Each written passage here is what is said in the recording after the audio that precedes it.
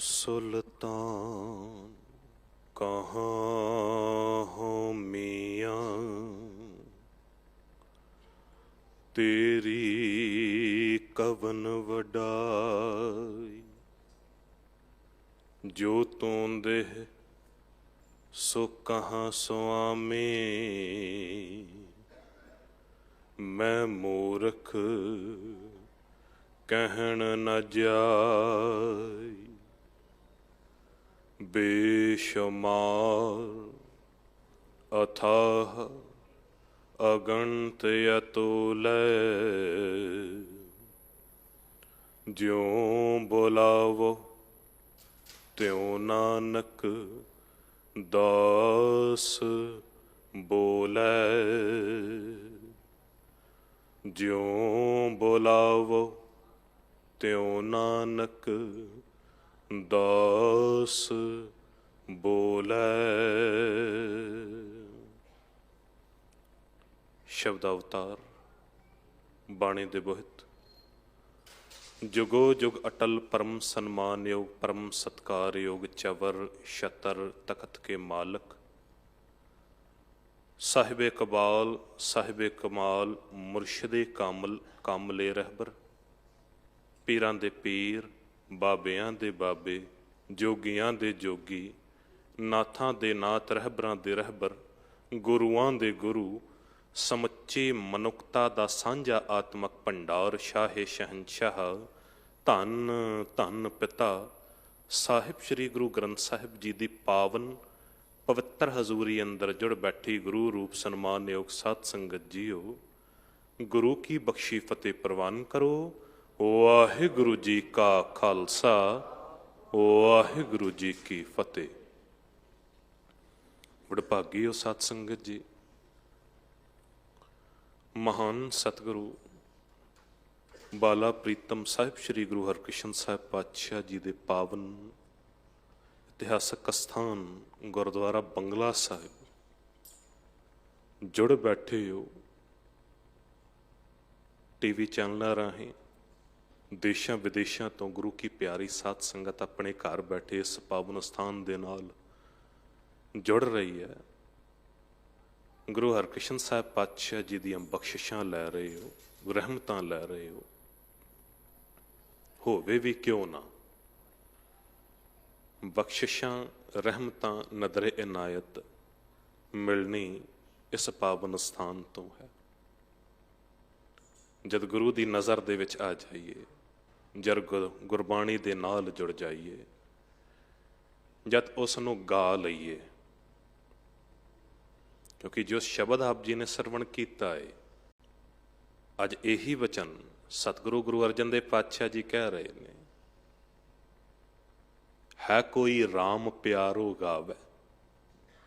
कहते होवे कोई जो परमात्मा वाहिगुरु का नाम उहदी बंदगी करता होवे। सिख धर्म है कीर्ति का धर्म, परमात्मा नूं वाह वाह आखण दा धर्म। गौड़ी राग अंदर गौड़ी बैरागण रहोए के छंत के घर महला पंजवां। हुण गौड़ी बैरागण राग दे विच सतगुरु जी ने एक पावन शब्द उच्चारण किया है। ते रहोए के की है? रहोए ये ना पंजाब दे विच बुजुर्गों को पता होवेगा, जद मातावां भैणां ना कोई खुशी का गीत गाना होवे उदों धारना लाई जाती है, उच्ची हेक ला के रहोया इनू कहा जाता है। तो उदों जो गीत गाए जाते हैं, तो सतगुरु गुरु अर्जन देव पातशाह जी ने भी गौड़ी बैरागण रहोए के छंत दे विच कहते खुशी दे गीत उस परमात्मा वाहिगुरु दी सिफत सलांघा करनी।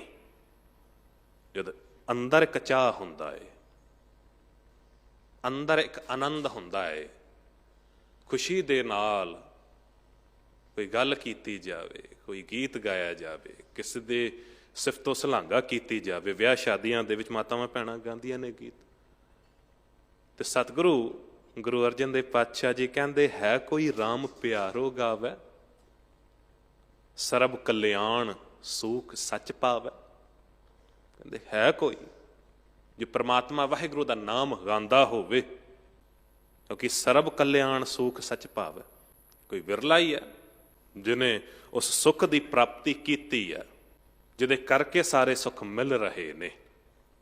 ਸਰਬ ਕਲਿਆਣ ਸੂਖ ਸੱਚ ਪਾਵੈ, ਰਹਾਉ ਦੀ ਪੰਕਤੀ। ਸਿੱਖ ਧਰਮ ਹੈ ਕੀਰਤੀ ਦਾ ਧਰਮ, ਉਹਨੂੰ ਵਾਹ ਵਾਹ ਆਖਣ ਦਾ ਧਰਮ। ਤੇ ਸੋਹਿਲਾ ਵੀ ਹੈ ਨਾ, ਸੋਹਿਲਾ ਸਾਹਿਬ ਦਾ ਪਾਠ ਕੀ ਹੈ? ਹੁਣ ਸੋਹਿਲੇ ਵੀ ਗਾਉਂਦੇ ਆ, ਤੇ ਪਹਿਲਾਂ ਕਿਹਾ ਜਾਂਦਾ ਸੀ, ਕਈ ਵਾਰੀ ਇਹਨੂੰ ਵੀ ਗਾਇਆ ਜਾਂਦਾ ਸੀ, ਤੇ ਕੀਰਤਨੀ ਸੋਹਿਲਾ ਧਾਰਨਾ ਲਾ ਕੇ ਉਦੋਂ ਰਾਗੀ ਸਿੰਘ ਜਦ ਗਾਉਂਦੇ ਸੀ। ਤੇ ਜਿਸ ਤਰ੍ਹਾਂ ਆਸਾ ਦੀ ਵਾਰ ਹੈ, ਆਸਾ ਦੀ ਵਾਰ ਗਾਉਣ ਕਰਕੇ, ਕਿਉਂਕਿ ਕੀਰਤਨ ਦੇ ਵਿੱਚ ਰਾਗੀ ਸਿੰਘ ਕੀਰਤਨੀਏ ਸਿੰਘ ਗਾਉਂਦੇ ਨੇ, ਤੇ ਉਹਦਾ ਨਾਮ ਪਾ ਦਿੱਤਾ ਗਿਆ ਸੀ ਕੀਰਤਨੀ ਆਸਾ ਦੀ ਵਾਰ। ਗੁਰੂ ਗ੍ਰੰਥ ਸਾਹਿਬ ਜੀ ਦੇ ਵਿੱਚ ਆਸਾ ਦੀ ਵਾਰ ਹੈ, ਪਰ ਉੱਥੇ ਕੀਰਤਨੀ ਨਹੀਂ ਹੈ, ਆਸਾ ਦੀ ਵਾਰ।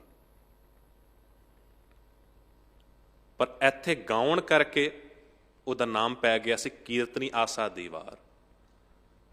ਸੋਹਲਾ ਸਾਹਿਬ ਜੋ ਹੈ ਗੁਰੂ ਗ੍ਰੰਥ ਸਾਹਿਬ ਜੀ ਦੇ ਵਿੱਚ ਕੇਵਲ ਸੋਹਿਲਾ ਹੈ, ਪਰ ਗਾਉਣ ਕਰਕੇ ਪੜਨ ਕਰਕੇ ਉਹਦਾ ਨਾਮ ਪਾ ਦਿੱਤਾ ਗਿਆ ਕੀਰਤਨੀ ਸੋਹਿਲਾ। ਹੁਣ ਸੋਹਿਲਾ ਖੁਸ਼ੀ ਦਾ ਗੀਤ, ਪਰਮਾਤਮਾ ਦੀ ਸਿਫਤੋ ਸਲਾਘਾ ਕਰਨੀ, ਉਹਨੂੰ ਗਾਉਣਾ, ਉਹਦੀ ਬੰਦਗੀ ਕਰਨੀ। ਤੇ ਬਿਲਕੁਲ ਇਸੇ ਤਰ੍ਹਾਂ ਅੱਜ ਦਾ ਵੀ ਇਹ ਪਾਵਨ ਸ਼ਬਦ। ਤੇ ਸਤਿਗੁਰੂ ਗੁਰੂ ਅਰਜਨ ਦੇਵ ਪਾਤਸ਼ਾਹ ਜੀ ਕਹਿੰਦੇ ਕਿ ਪ੍ਰਮਾਤਮਾ ਵਾਹਿਗੁਰੂ ਨੂੰ ਕੋਈ ਗਾ ਲਵੇ, ਉਹਦੀ ਸਿਫਤੋ ਸਲਾਘਾ ਕਰੇ, ਜਿਹਦੇ ਕਰਕੇ ਸਾਰੇ ਸੁੱਖ ਪ੍ਰਾਪਤ ਹੋ ਰਹੇ ਨੇ। ਸਰਬ ਕਲਿਆਣ ਸੂਖ ਸੱਚ ਪਾਵੈ। ਅਕਸਰ ਹੁੰਦਾ ਕੀ ਹੈ ਨਾ, ਮੈਂ ਬੇਨਤੀ ਪਹਿਲਾਂ ਵੀ ਕੀਤੀ ਸੀ ਕਿ ਪ੍ਰਮਾਤਮਾ ਨੂੰ ਨਾ ਲੱਭਣ ਦੇ ਲਈ ਲੋਕ ਬੜਾ ਦੌੜੇ ਨੇ, ਬੜਾ ਭਟਕੇ ਨੇ, ਤੇ ਆਪਣੇ ਆਪ ਨੂੰ ਧਰਮੀ ਅਖਵਾਉਣ ਵਾਲੇ ਲੋਕਾਂ ਨੇ, ਧਰਮ ਦੇ ਪੈਰੋਕਾਰ ਅਖਵਾਉਣ ਵਾਲੇ ਲੋਕਾਂ ਨੇ ਉਹ ਜੀ ਫਿਰ ਜਗ੍ਹਾਵਾਂ ਵੀ ਨਿਯੁਕਤ ਕਰ ਦਿੱਤੀਆਂ, ਬਣਾ ਦਿੱਤੀਆਂ, ਤੇ ਕਹਿ ਦਿੱਤਾ ਕਿ ਵੀ ਪ੍ਰਮਾਤਮਾ ਇੱਥੇ ਵਸਦਾ ਏ, ਤੁਸੀਂ ਇੱਥੇ ਆ ਜਾਓ। ਤੇ ਕਈ ਐਸੇ ਧਰਮੀ ਆਪਣੇ ਆਪ ਨੂੰ ਆਗੂ ਅਖਵਾਉਣ ਵਾਲੇ ਲੋਕਾਂ ਨੇ, ਉਹਨਾਂ ਨੇ ਤਾਂ ਇੱਥੇ ਤੱਕ ਕਹਿ ਦਿੱਤਾ ਸੀ, ਜੋ ਗ੍ਰਸਤੀ ਜੀਵਨ ਹੁੰਦਾ ਹੈ ਨਾ, ਨਿਰਵਾਣ ਪਦ ਜੇ ਕਿਸੇ ਨੂੰ ਹਾਸਲ ਕਰਨਾ ਹੈ, ਨਿਰਵਾਣ ਪਦ ਇੱਕ ਉੱਚਾ ਪਦ, ਉੱਚੀ ਪੋਜੀਸ਼ਨ ਜੇ ਕਿਸੇ ਨੂੰ ਹਾਸਲ ਕਰਨੀ ਹੈ, ਤੇ ਫਿਰ ਗ੍ਰਸਤੀ ਜੀਵਨ ਜੋ ਹੈ ਉਸ ਨਿਰਵਾਣ ਪਦ ਦੇ ਰਸਤੇ ਦੇ ਵਿੱਚ ਇੱਕ ਦੀਵਾਰ ਹੈ। ਇਸ ਕਰਕੇ ਗ੍ਰਸਤੀ ਜੀਵਨ ਛੱਡ ਦਿਓ। ਤੇ ਕਈਆਂ ਨੇ ਛੱਡ ਵੀ ਦਿੱਤਾ, ਕਈ ਲੋਕ ਚਲੇ ਵੀ ਗਏ, ਉਸ ਗ੍ਰਸਤੀ ਜੀਵਨ ਨੂੰ ਛੱਡ ਕੇ ਪਹਾੜਾਂ ਤੇ ਚਲੇ ਗਏ ਨੇ, ਜੰਗਲਾਂ ਤੇ ਚਲੇ ਗਏ ਨੇ। ਪਰ ਹੋਇਆ ਕਿ ਉੱਥੇ ਜਾ ਕੇ ਵੀ ਹਾਲਤ ਇਹ ਬਣ ਗਈ, ਗ੍ਰਹਿ ਤਜ ਬਨ ਖੰਡ ਜਾਈਐ, ਚੁਨ ਖਾਈਐ ਕੰਦਾ, ਅਜੂ ਬਿਕਾਰ ਨਾ ਛੋੜਈ ਪਾਪੀ ਮਨ ਮੰਦਾ। ਗ੍ਰਸਤੀ ਜੀਵਨ ਨੂੰ ਛੱਡ ਕੇ ਗਏ ਸੀ ਕਿ ਪ੍ਰਮਾਤਮਾ ਨੂੰ ਮਿਲਣਾ ਹੈ।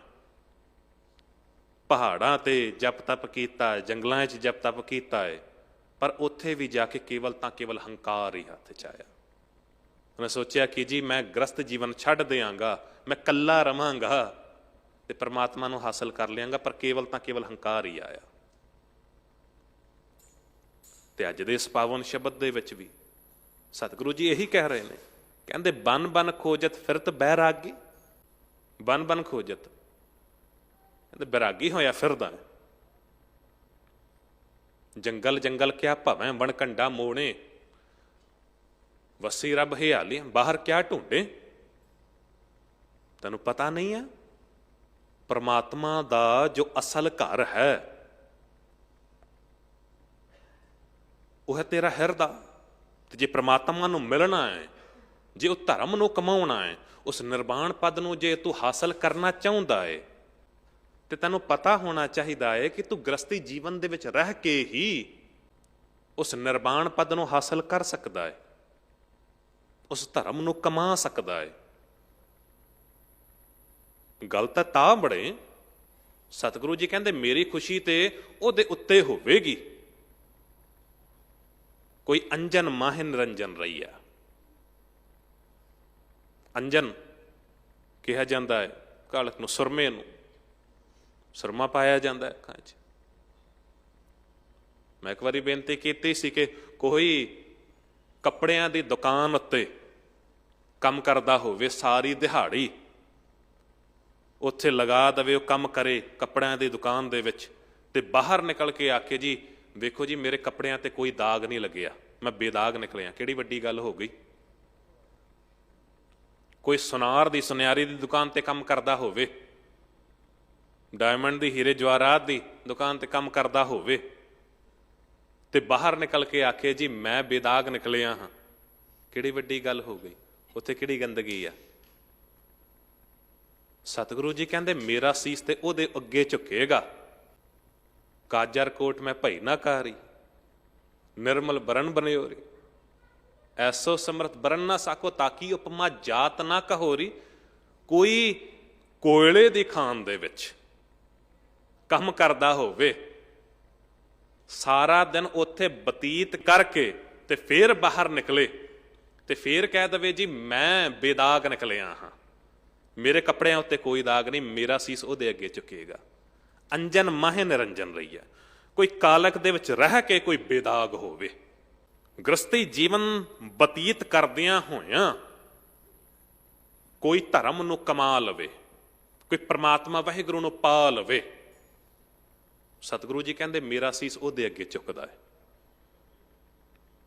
ਰਾਜਾ ਜਨਕ ਜੀ ਬਾਰੇ ਕਿਹਾ ਗਿਆ ਸੀ ਨਾ, ਭਾਈ ਸਾਹਿਬ ਭਾਈ ਗੁਰਦਾਸ ਸਾਹਿਬ ਜੀ ਵੱਲੋਂ, ਕਹਿੰਦੇ ਭਗਤ ਵੱਡਾ ਰਾਜਾ ਜਨਕ ਹੈ। ਹੁਣ ਕਈ ਵਾਰੀ ਜਿਸ ਗੱਲ ਨੂੰ ਪੰਕਤੀ ਨੂੰ ਪੜ੍ਹੀਏ ਨਾ ਤੇ ਸੋਚ ਵਿੱਚ ਪੈ ਜਾਂਦੇ ਆ ਕਿ ਭਗਤੀ ਤੇ ਰਾਹਾਂ ਦੇ ਵਿੱਚ ਵੀ ਕੋਈ ਉੱਚਾ ਵੱਡਾ ਹੁੰਦਾ, ਕੋਈ ਨੀਵਾਂ ਹੁੰਦਾ। ਕਿਉਂਕਿ ਇੱਥੇ ਤਾਂ ਕਿਹਾ ਜਾਂਦਾ ਨਾ ਹਮ ਉੱਤਮ ਨੀਚ ਨਾ ਬਦਮ ਹਰ ਸ਼ਰਨਾਗਤ ਹਰ ਕੇ ਲੋਕ। ਇੱਥੇ ਭਗਤੀ ਦੇ ਰਾਹਾਂ ਦੇ ਵਿੱਚ ਨਾ ਕੋਈ ਨੀਵਾਂ ਹੈ, ਨਾ ਉੱਚਾ ਹੈ, ਨਾ ਮੱਧਮ ਹੈ, ਇੱਥੇ ਸਾਰੇ ਬਰਾਬਰ ਨੇ। ਤੇ ਫਿਰ ਭਗਤ ਵੱਡਾ ਰਾਜਾ ਜਨਕ ਕਿਸ ਤਰ੍ਹਾਂ ਹੋਇਆ। ਤੇ ਭਾਈ ਸਾਹਿਬ ਭਾਈ ਗੁਰਦਾਸ ਸਾਹਿਬ ਜੀ ਕਹਿੰਦੇ ਭਗਤ ਵੱਡਾ ਰਾਜਾ ਜਨਕ ਹੈ, ਗੁਰਮੁਖ ਮਾਇਆ ਵਿੱਚ ਉਦਾਸੀ। ਕਿਸੇ ਦੇ ਕੋਲ ਕੁਝ ਨਾ ਹੋਵੇ, ਧਨ ਦੌਲਤ ਨਾ ਹੋਵੇ, ਹੀਰੇ ਜਵਾਹਰਾਤ ਨਾ ਹੋਣ, ਮਹਿਲ ਮਾੜੀਆਂ ਨਾ ਹੋਣ, ਫੇਰ ਕਹਿ ਦੇਵੇ ਜੀ ਮੈਨੂੰ ਲੋੜ ਨਹੀਂ, ਕਿਹੜੀ ਵੱਡੀ ਗੱਲ ਹੋ ਗਈ। ਪਰ ਇੱਕ ਕੋਲ ਹੁੰਦਿਆਂ ਸੁਣਦਿਆਂ ਰਾਜੇ ਜਨਕ ਕੋਲ ਪ੍ਰਜਾ ਵੀ ਹੈ, ਮਹਿਲ ਮਾੜੀਆਂ ਵੀ ਨੇ, ਹੀਰੇ ਜਵਾਹਰਾਤ ਵੀ ਹੈ, ਧਨ ਦੌਲਤ ਹੈ, ਪਰ ਜੋ ਆਤਮਕ ਤੌਰ ਤੇ ਪਕੜ ਹੈ ਨਾ, ਉਹ ਕੇਵਲ ਤਾਂ ਕੇਵਲ ਪ੍ਰਮਾਤਮਾ ਵਾਹਿਗੁਰੂ ਦੀ ਬੰਦਗੀ ਦੇ ਨਾਲ ਹੈ।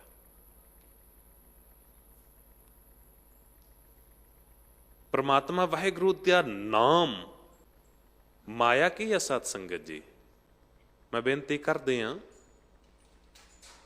ਹਰ ਉਹ ਚੀਜ਼ ਮਾਇਆ ਏ ਜੋ ਪ੍ਰਮਾਤਮਾ ਵਾਹਿਗੁਰੂ ਤੋਂ ਤੋੜ ਦਵੇ ਤੇ ਆਪਣੇ ਨਾਲ ਜੋੜ ਲਵੇ। ਕਿਹਾ ਜਾਂਦਾ ਨਾ ਮਾਇਆ ਹੋਈ ਨਾਗਣੀ ਜਗਤ ਰਹੀ ਲਪਟਾਏ, ਜੋ ਇਸ ਕੀ ਸੇਵਾ ਕਰੇ ਤੇ ਸਹੀ ਕੋ ਫਿਰ ਖਾਏ। ਹੁਣ ਮਾਇਆ ਕੇਵਲ ਪੈਸੇ ਨਹੀਂ ਨੇ, ਕਿਉਂਕਿ ਕੇਵਲ ਪੈਸੇ ਹੁੰਦੇ, ਧਨ ਦੌਲਤ ਹੀ ਹੁੰਦੀ, ਤੇ ਫਿਰ ਆਮ ਕਾਰ ਵਿਹਾਰ ਕਿਸ ਤਰ੍ਹਾਂ ਚੱਲ ਸਕਦੇ ਸਨ।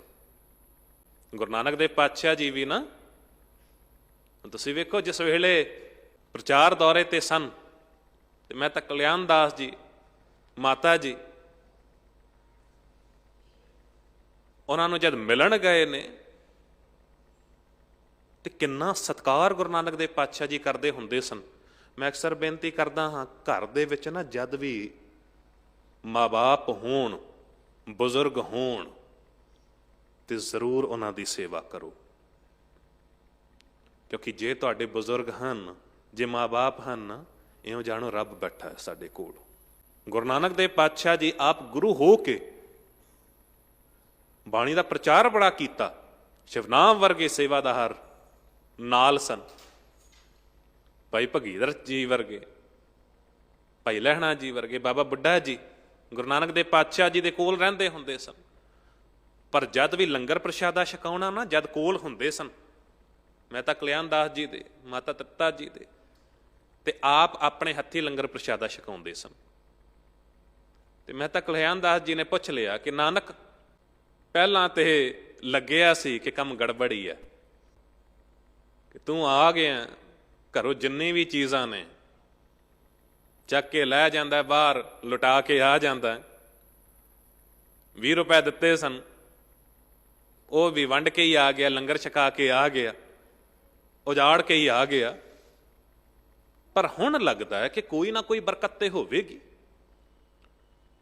ਕੋਈ ਨਾ ਕੋਈ ਚੀਜ਼ ਤੇਰੇ ਅੰਦਰ ਹੈ ਕਿ ਐਨੇ ਵਿਦਵਾਨ ਵੱਡੇ ਵੱਡੇ ਮਹਾਂਪੁਰਖ ਤੇਰੇ ਪਿੱਛੇ ਤੁਰੇ ਫਿਰਦੇ ਨੇ, ਐਵੇਂ ਤੇ ਨਹੀਂ ਨਾ, ਫਿਰ ਸਾਨੂੰ ਵੀ ਕੋਈ ਜਲਵਾ ਵਿਖਾ। ਕਹਿਣ ਲੱਗੇ ਪਿਤਾ ਜੀ, ਹੋਵੇ ਕੋਈ ਸਿੱਖ, ਕੋਈ ਸ਼ਰਧਾਵਾਨ, ਉਹਨੂੰ ਤੇ ਜਲਵਾ ਵਿਖਾਇਆ ਜਾਵੇ। ਤੁਸੀਂ ਆਪ ਪਿਤਾ ਹੋ, ਬੁਰਕੀ ਤੋੜ ਕੇ ਮੇਰੇ ਮੁੱਖ 'ਚ ਪਾਉਂਦੇ ਰਹੇ ਹੋ, ਤੁਹਾਨੂੰ ਕੀ ਜਲਵਾ ਵਿਖਾਵਾਂ ਮੈਂ? ਤੁਸੀਂ ਪਿਤਾ ਹੋ ਮੇਰੇ। ਤੇ ਉਦੋਂ ਕਹਿੰਦੇ ਚਲੋ ਠੀਕ ਹੈ, ਇਸ ਤਰ੍ਹਾਂ ਸਮਝੋ ਕਿ ਮੈਂ ਅੱਜ ਤੁਹਾਡਾ ਪਿਤਾ ਨਹੀਂ ਹਾਂ, ਇੱਕ ਆਮ ਸਾਧਾਰਨ ਜਿਹਾ ਮਨੁੱਖ ਤੁਹਾਡੇ ਕੋਲ ਸਿੱਖਿਆ ਲੈਣ ਲਈ ਆਇਆ ਹੈ, ਇੱਕ ਆਮ ਬਜ਼ੁਰਗ ਤੁਹਾਡੇ ਕੋਲ ਸਿੱਖਿਆ ਲੈਣ ਲਈ ਆਇਆ ਹੈ, ਹੁਣ ਕੁਝ ਸਿੱਖਿਆ ਮੈਨੂੰ ਦਿਓ। ਤੇ ਉਦੋਂ ਸਿੱਖਿਆ ਦਿੱਤੀ ਗੁਰੂ ਨਾਨਕ ਦੇਵ ਪਾਤਸ਼ਾਹ ਜੀ ਕਹਿੰਦੇ, ਜੇ ਸਿੱਖ ਬਣ ਕੇ ਆਏ ਹੋ ਨਾ, ਵਾਕਈ ਸਾਧ ਸੰਗਤ ਜੀ ਯਾਦ ਰੱਖਣਾ, ਗੁਰੂ ਦੀ ਬਖਸ਼ਿਸ਼, ਗੁਰੂ ਦੀ ਸਿੱਖਿਆ, ਗੁਰੂ ਦੀ ਰਹਿਮਤ ਉਦੋਂ ਹੀ ਮਿਲ ਸਕਦੀ ਹੈ ਜਦ ਸਿੱਖ ਬਣ ਕੇ ਆਈਏ, ਜਦ ਆਪਣੀ ਮੱਤ ਨੂੰ ਮਾਰ ਕੇ ਆਈਏ। ਇੱਥੇ ਕੋਈ ਪਿਤਾ ਬਣ ਕੇ ਆਵੇ, ਕੋਈ ਸਿਆਣਾ ਚਲਾਕ ਬਣ ਕੇ ਆਵੇ, ਗੱਲ ਨਹੀਂ ਬਣੇਗੀ। ਕੋਈ ਪਿਤਾ ਵੀ ਬਣ ਕੇ ਆ ਜਾਵੇ ਤਾਂ ਗੱਲ ਨਹੀਂ ਬਣੇਗੀ। ਗੁਰੂ ਦੀ ਬਖਸ਼ਿਸ਼ ਵੀ ਲੈਣੀ ਸੀ ਤੇ ਸਿੱਖ ਬਣ ਕੇ ਆਏ ਮਹਿਤਾ ਕਲਿਆਣ ਦਾਸ ਜੀ। ਤੇ ਗੁਰੂ ਨਾਨਕ ਦੇਵ ਪਾਤਸ਼ਾਹ ਜੀ ਨੇ ਕਹਿ ਦਿੱਤਾ, ਫਿਰ ਪਿਤਾ ਜੀ ਸੁਣੋ, ਸਾਡੀ ਜੋ ਮੱਤ ਹੈ ਨਾ, ਇੱਕ ਬੇੜੀ ਹੈ, ਬੇੜੀ ਤਰਦੀ ਵੀ ਪਾਣੀ ਉੱਤੇ ਹੈ ਤੇ ਡੁੱਬਦੀ ਵੀ ਪਾਣੀ ਦੇ ਵਿੱਚ ਹੀ ਹੈ। ਜਦ ਤੱਕ ਉਤਲੀ ਸਤਹ ਤੇ ਹੈ ਨਾ, ਊਰ ਤਰ ਜਾਂਦਾ ਹੈ, ਪਰ ਜਦ ਉਹੀ ਪਾਣੀ ਵਿੱਚ ਪੈ ਜਾਵੇ ਨਾ, ਬੇੜੀ ਡੁੱਬਣ ਲੱਗਿਆਂ ਦੇਰ ਨਹੀਂ ਲਾਉਂਦੀ। ਬਿਲਕੁਲ ਇਸੇ ਤਰ੍ਹਾਂ ਮੱਤ ਹੈ ਸਾਡੀ ਬੇੜੀ ਤੇ ਮਾਇਆ ਦਾ ਮੋਹ, ਇਹ ਅਥਾਹ ਸਮੁੰਦਰ ਹੈ। ਮਾਇਆ ਤੁਹਾਡੇ ਹੱਥਾਂ ਤੱਕ ਰਵੇ, ਮਾਇਆ ਕਾਰ ਵਿਹਾਰ ਤੱਕ, ਕਾਰੋਬਾਰ ਤੱਕ ਰਵੇ, ਮਾਇਆ ਵਰਤਨ ਵਿਹਾਰ ਤੱਕ ਰਵੇ, ਪਰ ਮਾਇਆ ਨੂੰ ਕਿਤੇ ਆਪਣੇ ਹਿਰਦੇ 'ਚ ਨਾ ਵਸਾ ਲੈਣਾ। ਕਿਉਂਕਿ ਜਿਸ ਤਰ੍ਹਾਂ ਪਾਣੀ ਬੇੜੀ ਦੇ ਵਿੱਚ ਪੈ ਜਾਂਦਾ ਤੇ ਬੇੜੀ ਡੁੱਬ ਜਾਂਦੀ ਹੈ, ਮਾਇਆ ਜੇ ਹਿਰਦੇ 'ਚ ਪੈ ਗਈ ਤੇ ਸੰਸਾਰ ਰੂਪੀ ਸਮੁੰਦਰ ਦੇ ਵਿੱਚ ਡੁੱਬਣ ਲੱਗਿਆ ਦੇਰ ਨਹੀਂ ਲੱਗੇਗੀ। ਇਸੇ ਤਰ੍ਹਾਂ ਮਾਇਆ ਇਹ ਹੈ ਸਾਧ ਸੰਗਤ ਜੀ, ਮਾਇਆ ਤੋਂ ਬਿਨਾਂ ਕੰਮ ਵੀ ਕੋਈ ਨਹੀਂ ਚੱਲਦਾ। ਗੁਰਦੁਆਰੇ ਵੀ, ਧਰਮ ਮੰਦਰ ਵੀ ਜੋ ਚੱਲ ਰਹੇ ਨੇ, ਇੱਥੇ ਵੀ ਜੋ ਲੰਗਰ ਚੱਲ ਰਿਹਾ ਜਾਂ ਸੇਵਾਵਾਂ ਹੋ ਰਹੀਆਂ ਨੇ, ਮਾਇਆ ਤੋਂ ਬਿਨਾਂ ਨਹੀਂ ਹੋ ਰਹੀਆਂ, ਪੈਸਿਆਂ ਤੋਂ ਬਿਨਾਂ ਨਹੀਂ ਹੋ ਰਹੀਆਂ। ਮਾਇਆ ਹੋਈ ਨਾਗਣੀ, ਜਗਤ ਰਹੀ ਲਪਟਾਏ। ਪਰ ਕਮਾਲ ਦੀ ਗੱਲ ਹੈ, ਜੇ ਵਿਚਾਰ ਕੀਤੀ ਜਾਵੇ, ਇੱਕ ਪਾਸੇ ਕਿਹਾ ਜਾ ਰਿਹਾ ਮਾਇਆ ਤੋਂ ਦੂਰ ਰਹਿਣਾ ਤੇ ਦੂਜੇ ਪਾਸੇ ਮਾਇਆ ਤੋਂ ਬਿਨਾਂ ਕੰਮ ਵੀ ਨਹੀਂ ਚੱਲ ਰਿਹਾ। ਕੇਵਲ ਪੈਸੇ ਨਹੀਂ ਨੇ ਸਤ ਸੰਗਤ ਜੀ, ਇਹ ਮਾਇਆ ਜਿਤ ਹਰ ਵੀਸਰੈ, ਮੋਹ ਉਪਜੈ ਪਾਉ ਦੂਜਾ ਲਾਇਆ। ਮਾਇਆ ਇਹ ਹੈ ਅਸਲ ਤੌਰ ਤੇ, ਜੇ ਸਮਝ ਲਈਏ ਇਹ ਮਾਇਆ ਜਿਤ ਹਰ ਵੀਸਰੈ, ਹਰ ਉਹ ਚੀਜ਼ ਜੋ ਗੁਰੂ ਤੋਂ ਤੋੜ ਦਵੇ ਤੇ ਆਪਣੇ ਨਾਲ ਜੋੜ ਲਵੇ। ਉਹ ਭਾਵੇਂ ਕੋਈ ਵੀ ਚੀਜ਼ ਹੋਵੇ, ਭਾਵੇਂ ਤੁਹਾਡੀ ਪ੍ਰਾਪਰਟੀ ਹੈ, ਭਾਵੇਂ ਤੁਹਾਡੀ ਗੱਡੀ ਮੋਟਰ ਕਾਰ ਹੈ, ਭਾਵੇਂ ਲਗਜ਼ੂਰੀਅਸ ਲਾਈਫ ਹੈ, ਪਰਮਾਤਮਾ ਦੇ ਨਾਲ ਜੋ ਟੁੱਟ ਜਾਂਦਾ ਹੈ ਦੁਨਿਆਵੀ ਚੀਜ਼ਾਂ ਨੂੰ ਲੈ ਕੇ, ਉਹ ਮਾਇਆ ਦੇ ਨਾਲ ਜੁੜ ਜਾਂਦਾ ਹੈ। ਪਰ ਭਾਈ ਸਾਹਿਬ, ਭਾਈ ਗੁਰਦਾਸ ਸਾਹਿਬ ਜੀ ਕਹਿੰਦੇ ਭਗਤ ਵੱਡਾ ਰਾਜਾ ਜਨਕ ਹੈ, ਗੁਰਮੁਖ ਮਾਇਆ ਵਿੱਚ ਉਦਾਸੀ, ਇਸ ਕਰਕੇ ਮੈਂ ਉਹਨੂੰ ਵੱਡਾ ਭਗਤ ਕਹਿੰਦਾ ਹਾਂ। ਕਿ ਸਭ ਕੁਛ ਹੈ ਪਰ ਆਤਮਕ ਤੌਰ ਤੇ ਜੋ ਪਕੜ ਹੈ ਨਾ, ਉਹ ਪਰਮਾਤਮਾ ਦੇ ਨਾਲ ਹੈ। ਗ੍ਰਸਤੀ ਜੀਵਨ ਦੇ ਵਿੱਚ ਰਹਿੰਦਿਆਂ ਹੋਇਆਂ ਕੋਈ ਉਸ ਧਰਮ ਨੂੰ ਕਮਾ ਲਵੇ, ਉਸ ਪਰਮਾਤਮਾ ਨੂੰ ਕਮਾ ਲਵੇ, ਉਸ ਨਾਮ ਨੂੰ ਆਪਣੇ ਹਿਰਦੇ 'ਚ ਵਸਾ ਲਵੇ, ਗੱਲ ਤੇ ਤਾਂ ਬਣੇਗੀ। ਕਿਉਂਕਿ ਯਾਦ ਰੱਖਣਾ ਸਤ ਸੰਗਤ ਜੀ,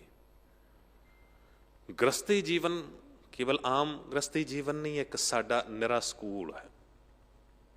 ਸਕੂਲ ਹੈ ਨਾ, ਸਕੂਲ ਦੇ ਵਿੱਚ ਸਾਨੂੰ ਸਿੱਖਿਆ ਦਿੱਤੀ ਜਾਂਦੀ ਹੈ। ਇਹ ਧਰਮ ਦਾ ਸਕੂਲ ਹੈ। ਧਰਮ ਕੀ ਹੈ? 3 ਚੀਜ਼ਾਂ ਨੇ, ਕਿਰਤ ਕਰਨਾ, ਵੰਡ ਛਕਣਾ, ਨਾਮ ਜਪਣਾ। ਇਹ 3 ਚੀਜ਼ਾਂ ਇਹਨੇ ਨਾ। ਕਿਰਤ ਕਰਨੀ ਹੈ, ਤੇ ਜੋ ਕਿਰਤ ਕਰਕੇ ਜੋ ਹਾਸਲ ਹੋਇਆ ਉਹਨੂੰ ਵੰਡ ਕੇ ਛਕਣਾ।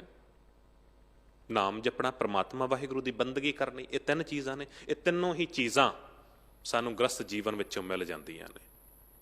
ਤੇ ਜਿਹੜਾ ਗ੍ਰਸਤੀ ਜੀਵਨ ਤੋਂ ਟੁੱਟਦਾ ਹੈ, ਸਭ ਤੋਂ ਪਹਿਲਾਂ ਤੇ ਉਹ ਕਿਰਤ ਤੋਂ ਟੁੱਟਦਾ ਹੈ। ਗੁਰਬਾਣੀ ਕਹਿੰਦੀ ਹੈ ਨਾ, ਮਕਟੂ ਹੋਏ ਕੇ ਕੰਨ ਪੜਾਏ। ਜਿਹੜਾ ਗ੍ਰਸਤੀ ਜੀਵਨ ਨੂੰ ਛੱਡ ਕੇ ਸੋਚੇ ਕਿ ਜੀ ਮੈਂ ਬਾਹਰ ਜਾ ਕੇ ਯੋਗੀਆਂ ਦੇ ਜੀਵਨ ਨੂੰ ਬਤੀਤ ਕਰਾਂ, ਉਹ ਭਗਵਾ ਭੇਖ ਬਣਾ ਲਵਾਂ ਆਪਣਾ, ਉਸ ਤਰੀਕੇ ਦੇ ਨਾਲ ਆਪਣਾ ਜੀਵਨ ਬਤੀਤ ਕਰਾਂ, ਤੇ ਕਹਿੰਦੇ ਪਹਿਲਾਂ ਤੇ ਕਿਰਤ ਤੋਂ ਟੁੱਟਦਾ। ਆਪ ਕਿਰਤ ਕਰਦਾ ਨਹੀਂ, ਦੂਜੇ ਦੇ ਕੰਮ ਤੇ ਆਸ ਰੱਖਦਾ। ਮਕਟੂ ਹੋਏ ਕਿ ਕੰਨ ਪੜਾਏ। ਉਹਦੀ ਹਾਲਤ ਇਹ ਬਣ ਜਾਂਦੀ ਹੈ, ਘਰ ਘਰ ਮੰਗੇ ਭੀਖਿਆ ਜਾਏ। ਗੁਰੂ ਨਾਨਕ ਦੇ ਪਾਤਸ਼ਾਹ ਜੀ ਮਹਾਰਾਜ ਨਾ ਕਹਿੰਦੇ, ਜਿਸ ਵੇਲੇ ਗੁਰਗੱਦੀ ਦੇ ਦਿੱਤੀ ਗਈ ਹੈ ਭਾਈ ਲਹਿਣਾ ਜੀ ਨੂੰ, ਗੁਰੂ ਅੰਗਦ ਦੇ ਪਾਤਸ਼ਾਹ ਜੀ ਨੂੰ, ਤੇ ਆਪ ਉਹਨਾਂ ਨੇ ਉਦਾਸੀ ਦਾ ਚੋਲਾ ਤਿਆਗ ਦਿੱਤਾ ਸੀ ਤੇ ਆਮ ਗ੍ਰਸਤ ਜੀਵਨ ਬਤੀਤ ਕਰਨ ਲੱਗ ਗਏ ਸਨ। ਆਮ ਸਾਦੇ ਕੱਪੜੇ ਜੋ ਆਪਾਂ ਪਾਉਂਦੇ ਹਾਂ, ਉਸ ਤਰੀਕੇ ਦੇ ਨਾਲ ਉਹਨਾਂ ਨੇ ਕੱਪੜੇ ਪਾਏ, ਆਮ ਸਾਧਾਰਨ ਜੀਵਨ ਬਤੀਤ ਕਰਨ ਲੱਗੇ। ਤੇ ਉਦੋਂ ਜੋਗੀ ਭੰਗਰਨਾਥ ਆ ਗਿਆ, ਤੇ ਜੋ ਸਵਾਲ ਜਵਾਬ ਹੋਏ ਨੇ, ਭਾਈ ਗੁਰਦਾਸ ਸਾਹਿਬ ਜੀ ਨੇ ਬਾਣੀ ਦੇ ਉਚਾਰਨ ਕੀਤਾ ਹੈ। ਕਹਿਣ ਲੱਗੇ, ਪੁੱਛੇ ਜੋਗੀ ਭੰਗਰਨਾਥ ਤੋਂ ਇਹ ਦੁੱਧ ਵਿੱਚ ਕਿਉਂ ਕਾਂਜੀ ਪਾਈ? ਜੋਗੀ ਭੰਗਰਨਾਥ ਨੇ ਸਵਾਲ ਕੀਤਾ ਕਿ ਹੈ ਗੁਰੂ ਨਾਨਕ ਦੇ ਪਾਤਸ਼ਾਹ ਜੀ ਮਹਾਰਾਜ, ਤੁਹਾਡਾ ਜੀਵਨ ਦੁੱਧ ਵਾਂਗ ਸੀ, ਇੱਕ ਚਿੱਟੇ ਦੁੱਧ ਵਾਂਗ। ਬਾਣੀ ਦਾ ਪ੍ਰਚਾਰ ਕਰਨਾ, ਆਪਣੇ ਪਰਿਵਾਰ ਨੂੰ ਛੱਡ ਕੇ ਤੁਸੀਂ ਚਲੇ ਗਏ ਸੀ, ਕਿੰਨੇ ਲੋਕਾਂ ਨੂੰ ਪਰਮਾਤਮਾ ਦੀ ਬੰਦਗੀ ਦੇ ਨਾਲ ਜੋੜਿਆ, ਗੁਰਬਾਣੀ ਦੇ ਨਾਲ ਜੋੜਿਆ, ਉਹ ਭਰਮ ਭੁਲੇਖੇ ਕੱਢੇ ਨੇ। ਤੇ ਫਿਰ ਤੁਸੀਂ ਉਦਾਸੀ ਦਾ ਚੋਲਾ ਤਿਆਗ ਕੇ ਆਮ ਸਾਧਾਰਨ ਜੀਵਨ ਬਤੀਤ ਕਰਨ ਲੱਗ ਗਏ ਹੋ। ਇਹ ਤਾਂ ਇਉਂ ਜਾਣੋ ਕਿਸੇ ਨੇ ਦੁੱਧ ਦੇ ਵਿੱਚ ਕਾਂਜੀ ਪਾ ਦਿੱਤੀ ਹੈ। ਪੁੱਛੇ ਜੋਗੀ ਭੰਗਰਨਾਥ ਤੋਂ ਇਹ ਦੁੱਧ ਵਿੱਚ ਕਿਉਂ ਕਾਂਜੀ ਪਾਈ? ਫਿਟਿਆ ਚਾਟਾ ਦੁੱਧ ਦਾ, ਰੜਕਿਆ ਮੱਖਣ ਹੱਥ ਨਾ ਆਈ। ਤੇ ਗੁਰੂ ਨਾਨਕ ਦੇਵ ਪਾਤਸ਼ਾਹ ਜੀ ਕਹਿੰਦੇ, ਹੋਏ ਅਤੀਤ ਗ੍ਰਸਤ ਤਜ, ਫਿਰ ਉਨੀ ਕੇ ਗ੍ਰਹਿ ਮੰਗਣ ਜਾਏ। ਕਹਿਣ ਲੱਗੇ, ਜੋਗੀ ਤੂੰ ਸੰਨਿਆਸੀ ਹੋਇਆ, ਤੂੰ ਗ੍ਰਸਤ ਜੀਵਨ ਨੂੰ ਤਿਆਗ ਕੇ ਤੂੰ ਸੋਚਦਾ ਕਿ ਮੈਂ ਪ੍ਰਮਾਤਮਾ ਨੂੰ ਪਾ ਲਵਾਂਗਾ। ਉਸ ਗ੍ਰਸਤੀ ਜੀਵਨ ਨੂੰ ਛੱਡ ਕੇ ਤੂੰ ਚਲਾ ਗਿਆ, ਜੰਗਲਾਂ ਦੇ ਵਿੱਚ ਭਟਕਦਾ ਰਿਹਾ। ਪਰ ਜਦ ਤੈਨੂੰ ਕੱਪੜੇ ਦੀ ਲੋੜ ਪਈ, ਜਦ ਤੈਨੂੰ ਭੋਜਨ ਦੀ ਲੋੜ ਪਈ, ਫਿਰ ਤੂੰ ਉਹਨਾਂ ਹੀ ਗ੍ਰਸਤੀ ਜੀਵਨ ਦੇ ਸਾਹਮਣੇ ਆ ਕੇ ਭਿਖਾਰੀ ਬਣ ਕੇ, ਮੰਗਤਾ ਬਣ ਕੇ ਖਲੋ ਗਿਆ। ਮੈਨੂੰ ਦੱਸ, ਮੰਗਤਾ ਵੱਡਾ ਹੁੰਦਾ ਜਾਂ ਦਾਤਾ ਵੱਡਾ ਹੁੰਦਾ? ਗ੍ਰਸਤੀ ਜੀਵਨ ਵਾਲਾ ਤੇਰਾ ਦਾਤਾ ਬਣਿਆ, ਤੂੰ ਉਹਨਾਂ ਦਾ ਮੰਗਤਾ ਬਣਿਆ ਹੋਇਆ। ਯਾਦ ਰੱਖਣਾ ਸਤ ਸੰਗਤ ਜੀ, ਪਰਮਾਤਮਾ ਨੂੰ ਜੇ ਹਾਸਲ ਕਰਨਾ ਹੈ, ਜੇ ਸਹੀ ਮਾਇਨਿਆਂ ਦੇ ਵਿੱਚ ਧਰਮ ਨੂੰ ਕਮਾਉਣਾ ਹੈ, ਤੇ ਗ੍ਰਸਤੀ ਜੀਵਨ ਦੇ ਵਿੱਚ ਰਹਿ ਕੇ ਹੀ ਅਸੀਂ ਕਮਾ ਸਕਦੇ ਹਾਂ।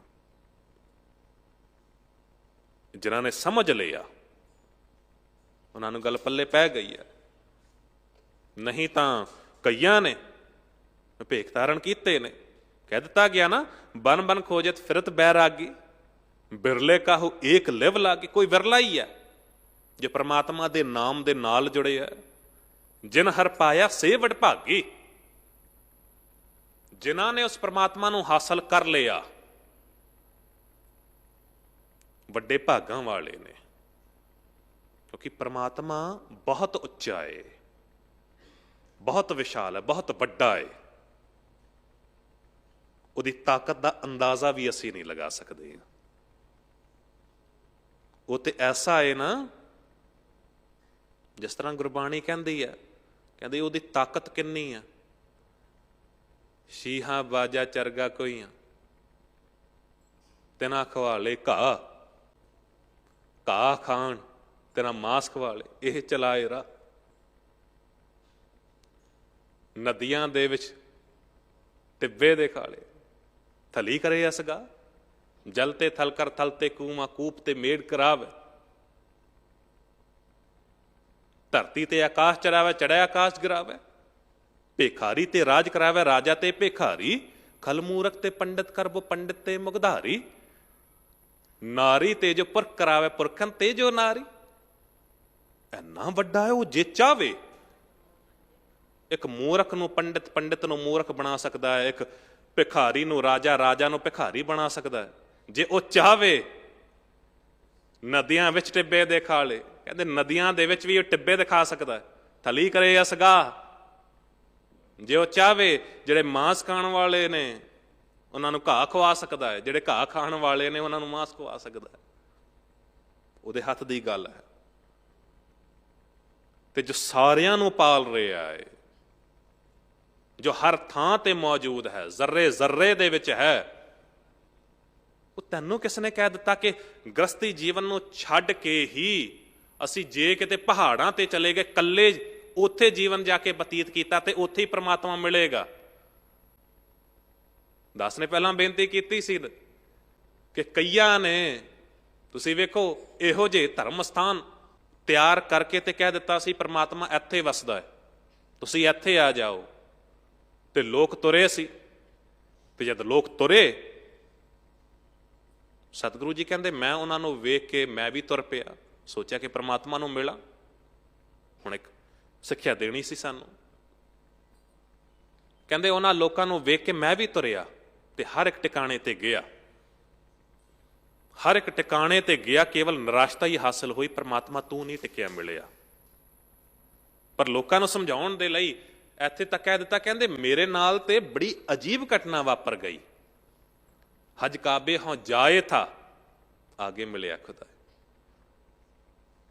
ਕਹਿੰਦੇ ਉਹਨਾਂ ਲੋਕਾਂ ਨੂੰ ਵੇਖ ਕੇ ਮੈਂ ਹਜ ਕਾਬੇ ਵਿੱਚ ਚਲਾ ਗਿਆ, ਉੱਥੇ ਤੁਰਿਆ, ਰਸਤੇ ਦੇ ਵਿੱਚ ਹੀ ਹੋਇਆ ਕਿ ਪ੍ਰਮਾਤਮਾ ਮੈਨੂੰ ਮਿਲ ਪਿਆ ਤੇ ਸਗੋਂ ਉਹ ਮੇਰੇ ਨਾਲ ਲੜ ਪਿਆ। ਹਜ ਕਾਬੇ ਹੋਂ ਜਾਏ ਥਾ ਆਗੇ ਮਿਲਿਆ ਖੁਦਾਏ, ਸਾਈਂ ਮੁਸੋ ਲੜ ਪਿਆ ਤੁਝ ਕਿਨ ਫਰਮਾਈ ਗਾਏ। ਤੈਨੂੰ ਕਿਸ ਨੇ ਕਹਿ ਦਿੱਤਾ ਕਿ ਮੈਂ ਫਲਾਣੀ ਜਗ੍ਹਾ ਤੇ ਹੀ ਮੌਜੂਦ ਹਾਂ? ਮੈਂ ਤੇ ਹਰ ਥਾਂ ਤੇ ਹਾਂ। ਗੁਰ ਮੇਰੇ ਸੰਗ ਸਦਾ ਹੈ ਨਾਲੇ, ਪਰ ਗੱਲ ਤੇ ਤਾਂ ਬਣੇਗੀ ਸਿਮਰ ਸਿਮਰ ਤੇ ਸਦਾ ਸੰਭਾਲੇ।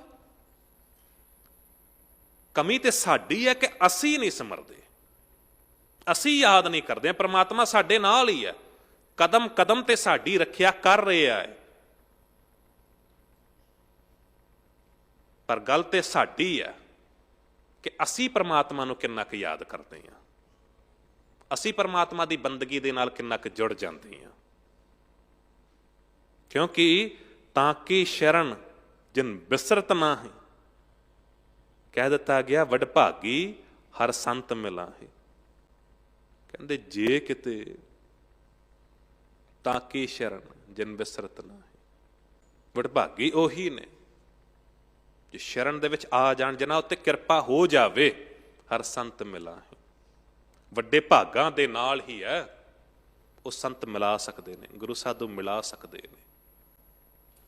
ਜਨਮ ਮਰਨ ਤੇ ਮੂਲੇ ਨਹੀਂ, ਗੁਰੂ ਕੋਲ ਆ ਜਾਈਏ, ਗੁਰੂ ਦੀ ਸ਼ਰਨ ਦੇ ਵਿੱਚ ਆ ਜਾਈਏ, ਗੁਰੂ ਦੀ ਸਿੱਖਿਆ ਅਨੁਸਾਰ ਆਪਣੇ ਜੀਵਨ ਨੂੰ ਬਤੀਤ ਕਰੀਏ, ਤਾਂ ਹੀ ਸਾਡੇ ਜੀਵਨ ਦਾ ਵੀ ਪਾਰ ਉਤਾਰਾ ਹੋ ਸਕਦਾ ਹੈ, ਤਾਂ ਹੀ ਜਨਮ ਮਰਨ ਦੇ ਗੇਟ ਵਿੱਚੋਂ ਵੀ ਅਸੀਂ ਬਚ ਸਕਦੇ ਹਾਂ। ਇਹ ਸਭ ਕੁਝ ਹੀ ਸਾਨੂੰ ਪਤਾ ਲੱਗੇਗਾ ਜਦ ਗੁਰੂ ਗ੍ਰੰਥ ਸਾਹਿਬ ਜੀ ਦੀ ਹਜ਼ੂਰੀ ਦੇ ਵਿੱਚ ਆ ਜਾਵਾਂਗੇ। ਕਿਉਂਕਿ ਮੈਂ ਅਕਸਰ ਫਿਰ ਇਹੀ ਕਹਿੰਦਾ ਕਿ ਦੁਨੀਆ ਦਾ ਕੋਈ ਐਸਾ ਸਵਾਲ ਨਹੀਂ ਜਿਹਦਾ ਜਵਾਬ ਅਸੀਂ ਨਹੀਂ ਲੈ ਸਕਦੇ ਹਾਂ ਗੁਰੂ ਗ੍ਰੰਥ ਸਾਹਿਬ ਜੀ ਤੋਂ। ਕੋਈ ਵੀ ਐਸਾ ਸਵਾਲ ਹੋਵੇ। ਭਾਈ ਗੁਰਦਾਸ ਸਾਹਿਬ ਜੀ ਨੇ ਵੀ ਇੱਕ ਜਗ੍ਹਾ ਨਾ ਬੜੀ ਤਰੀਕੇ ਦੇ ਨਾਲ ਕਹਿ ਦਿੱਤਾ, ਕਹਿੰਦੇ ਗੁਰੂ ਕੇ ਸਿੱਖਾ ਜੇ ਤੂੰ ਧਰਮ ਕਮਾਉਣਾ ਹੈ ਤੇ ਗੁਰੂ ਗ੍ਰੰਥ ਸਾਹਿਬ ਜੀ ਦੇ ਵਿੱਚ ਹਰ ਇੱਕ ਚੀਜ਼ ਸਾਨੂੰ ਦੱਸੀ ਗਈ ਹੈ, ਐਗਜ਼ਾਮਪਲ ਦੇ ਕੇ, ਉਦਾਹਰਣ ਦੇ ਕੇ ਦੱਸਿਆ ਗਿਆ ਤੇ ਹਰ ਇੱਕ ਚੀਜ਼ ਦੀ ਸ੍ਰੇਸ਼ਟਤਾ ਮੰਨੀ ਗਈ ਹੈ। ਗ੍ਰਸਤੀ ਜੀਵਨ ਕੀ ਹੈ, ਗ੍ਰਸਤੀ ਜੀਵਨ ਧਰਮ ਕਿਸ ਤਰ੍ਹਾਂ ਹੈ ਸਾਧ ਸੰਗਤ ਜੀ। ਭਾਈ ਗੁਰਦਾਸ ਸਾਹਿਬ ਜੀ ਕਹਿੰਦੇ ਜੈਸੇ ਸਰ ਸਰਤਾ ਸਕਲ ਮੈਂ ਸਮੁੰਦ ਵੱਡੋ, ਜਿਸ ਤਰ੍ਹਾਂ ਨਾ ਨਦੀਆਂ ਤਾਲਾਬਾਂ ਤੋਂ ਸਭ ਤੋਂ ਵੱਡਾ ਸਮੁੰਦਰ ਹੁੰਦਾ ਹੈ। ਮੇਰ ਮੇ ਸੁਮੇਰ ਵੱਡੋ, ਪਹਾੜਾਂ ਵਿੱਚੋਂ ਸੁਮੇਰ ਪਰਬਤ ਸਭ ਤੋਂ ਉੱਚਾ ਹੈ। ਤਰਵਰ ਵਿਖੇ ਚੰਦਨ ਬਿਰਖ ਵੱਡੋ, ਧਾਤ ਮੈਂ ਕਨਕ ਅਤ ਉੱਤਮ ਕੈ ਮਾਨ ਹੈ। ਜੰਗਲਾਂ ਦੇ ਵਿੱਚ ਚੰਦਨ ਦਾ ਬੂਟਾ ਉਹ ਸ੍ਰੇਸ਼ਟ ਮੰਨਿਆ ਜਾਂਦਾ ਹੈ। ਧਾਤਾਂ ਵਿੱਚੋਂ ਜਿਹੜਾ ਸੋਨਾ ਹੈ ਉਹ ਸਭ ਤੋਂ ਕੀਮਤੀ ਮੰਨਿਆ ਜਾਂਦਾ, ਚੰਗਾ ਮੰਨਿਆ ਜਾਂਦਾ। ਪੰਛੀਆਂ ਮੈਂ ਹੰਸ, ਮ੍ਰਿਗਰਾਜਨ ਮੈਂ ਸਾਰਦੂਲ। ਪੰਛੀਆਂ ਦੇ ਵਿੱਚੋਂ ਹੰਸ ਜੋ ਹੈ ਉਹ ਸ੍ਰੇਸ਼ਟ ਹੈ। ਤੇ ਜੰਗਲ ਦੇ ਵਿੱਚ ਜਿਹੜਾ ਸ਼ੇਰ ਹੁੰਦਾ ਹੈ ਉਹਨੂੰ ਸਭ ਤੋਂ ਸ੍ਰੇਸ਼ਟ ਮੰਨਿਆ ਗਿਆ। ਤੇ ਹਰ ਇੱਕ ਚੀਜ਼ ਦੀ ਜੋ ਸ੍ਰੇਸ਼ਟਤਾ ਹੁੰਦੀ ਹੈ ਉਹ ਐਗਜ਼ਾਮਪਲ, ਉਹ ਉਦਾਹਰਣ ਸਾਨੂੰ ਦਿੱਤੀ ਗਈ ਹੈ। ਰਾਗਨ ਮੈਂ ਸ਼੍ਰੀ ਰਾਗ, ਪਾਰਸ ਪਖਾਨਾ ਰਾਗਾਂ ਵਿੱਚੋਂ ਸ਼੍ਰੀ ਰਾਗ ਜੋ ਹੈ ਉਹ ਸਭ ਤੋਂ ਸ੍ਰੇਸ਼ਟ ਹੈ, ਸਭ ਤੋਂ ਪਹਿਲਾਂ ਹੈ। ਤੇ ਬਿਲਕੁਲ ਇਸੇ ਤਰ੍ਹਾਂ ਕਹਿੰਦੇ ਗਿਆਨਨ ਮੈਂ ਗਿਆਨ ਅਰ ਧਿਆਨਨ ਮੈਂ ਧਿਆਨ ਗੁਰ, ਸਕਲ ਧਰਮ ਮੈਂ ਗ੍ਰਸਤ ਪ੍ਰਧਾਨ ਹੈ। ਸਾਰੇ ਧਰਮਾਂ ਵਿੱਚੋਂ ਗ੍ਰਸਤੀ ਜੀਵਨ ਪ੍ਰਧਾਨ ਹੈ। ਗ੍ਰਸਤੀ ਜੀਵਨ ਪ੍ਰਧਾਨ ਕਿਸ ਤਰ੍ਹਾਂ ਹੈ? ਥੋੜਾ ਜਿਹਾ ਵਿਚਾਰ ਕਰਕੇ ਅੱਗੇ ਤੁਰਾਂ। ਗ੍ਰਸਤੀ ਜੀਵਨ ਦੇ ਵਿੱਚ ਧਰਮ ਸਾਨੂੰ ਕਿਸ ਤਰ੍ਹਾਂ ਮਿਲ ਸਕਦਾ ਹੈ? ਤੁਸੀਂ ਵੇਖੋ, ਘਰ ਦਾ ਪਤੀ ਵੀ ਹੈ ਨਾ, ਮਾਲਕ ਹੈ।